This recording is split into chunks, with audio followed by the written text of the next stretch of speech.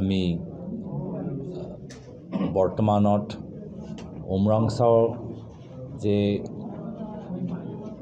Mining কৰা মানুহক উদ্ধাৰ কৰা যে চেষ্টা চলি আছে, আমি সকলোৱে কামনা কৰিছোঁ যে আমি মানুহবোৰক উদ্ধাৰ কৰিবলৈ সফলতা লাভ কৰিম আৰু তেওঁলোকে নিজৰ পৰিয়ালৰ লগত আকৌ একত্ৰিত হ'বলৈ এটা সুযোগ পাব।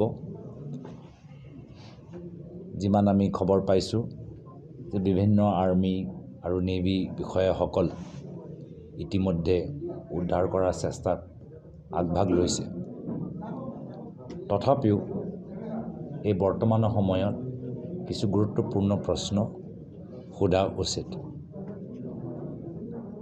সুপ্ৰিম কোৰ্টে কিছু মাহ আগতে ৰায় দিছিল যে অবৈধ কয়লা খনন ইলিগেল ৰেড হোল মাইনিং ভাৰতৰ ভিতৰত হ'ব নোৱাৰে। যিমান আমি মিডিয়াৰ যোগেদি খবৰবোৰ পাই আছোঁ যে ইয়াত অবৈধভাৱে কয়লা খনন হৈ আছে আৰু সেইকাৰণে ইতিমধ্যে আমি অসম চৰকাৰৰ পৰা জানিবলৈ বিচাৰোঁ যে তেওঁলোকে অসমৰ ভিতৰত অবৈধ কয়লা খনন শেষ কৰিবলৈ তেওঁলোকে কি পদক্ষেপ লৈছে। যদি আজি ইয়াত এটা বিশেষ দুৰ্ঘটনা হোৱাৰ বাবে আমি উমৰাংচাওত অবৈধ কয়লা খনন চলি আছে খবৰটো পাইছোঁ আৰু কিমান ঠাইত হৈ আছে যাৰ পৰা আমি খবৰ পোৱা নাই, সেই প্ৰশ্নৰ উত্তৰ আমি বৰ্তমান চৰকাৰৰ ফালৰ পৰা জানিবলৈ বিচাৰোঁ। ইতিমধ্যে চৰকাৰৰ ফালৰ পৰা কোনো আমি সিদ্ধান্ত, কোনো নিৰ্দেশ তেওঁলোকে প্ৰকাশ কৰা আমি খবৰ পোৱা নাই।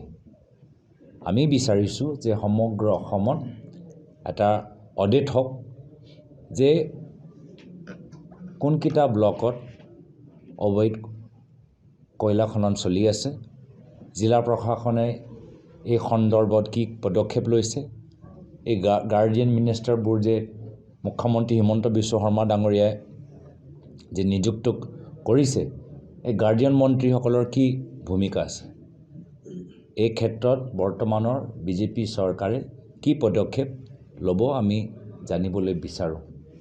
আৰু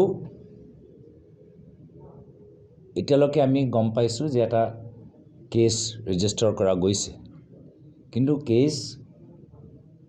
সেই কেছৰ লগত আৰু আমি বিচাৰিছোঁ যে এটা স্পেচিয়েল ইনভেষ্টিগেশ্যন টীম হওক।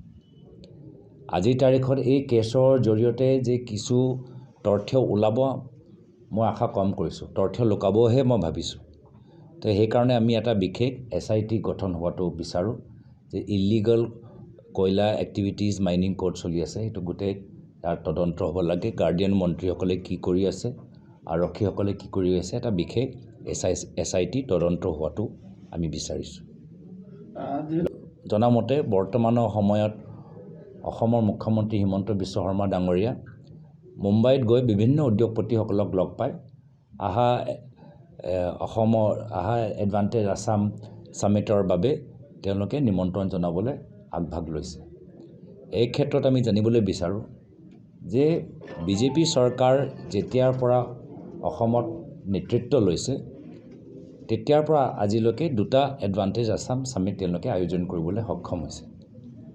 তৃতীয়টো আয়োজন কৰাৰ আগত প্ৰথম 2টা এডভান্টেজ অসম ছামিটৰ পৰা আমাৰ অসমৰ কি সুবিধা পালে, কি এডভান্টেজ হ'ল, সেইটো আমি জানিবলৈ বিচাৰোঁ।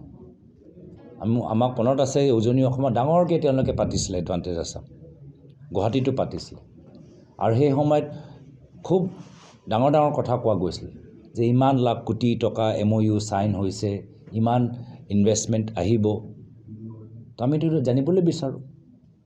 অসমৰ জনসাধাৰণে হিচাপ বিচাৰিছে যে অসমৰ জনসাধাৰণৰ পইচা লৈ এই যে ডাঙৰ ডাঙৰ তেওঁলোকে যে এডভান্টেজ আছাম ছামিট বৰ্তমানৰ বিজেপি চৰকাৰে আয়োজন কৰিছে প্ৰথম দুটা সামিটৰ পৰা যিমান লাখ লাখ কোটি কোটি টকা MOU চহী হ'ল তাৰ পৰা কিমান MOU বিনিময়ত বাস্তৱ ইনভেষ্টমেণ্ট হৈছে যিকোনো খবৰৰ বাবে যোগাযোগ কৰক 7099017330 লগতে 7099017110 নম্বৰত